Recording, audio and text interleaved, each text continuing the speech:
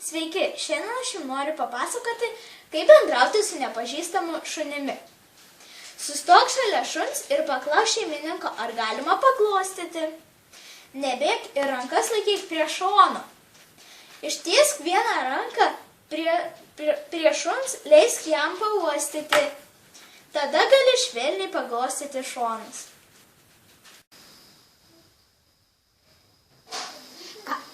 Kinologo patarimai jums, ką daryti, jei jūs netyčia užpultų piktą šuo. Nebėk, Nerėk, nemosuok rankomis, nežiūrėk gyvūnui į akis, sustink, nejudėk. atsargiai traukis atgal.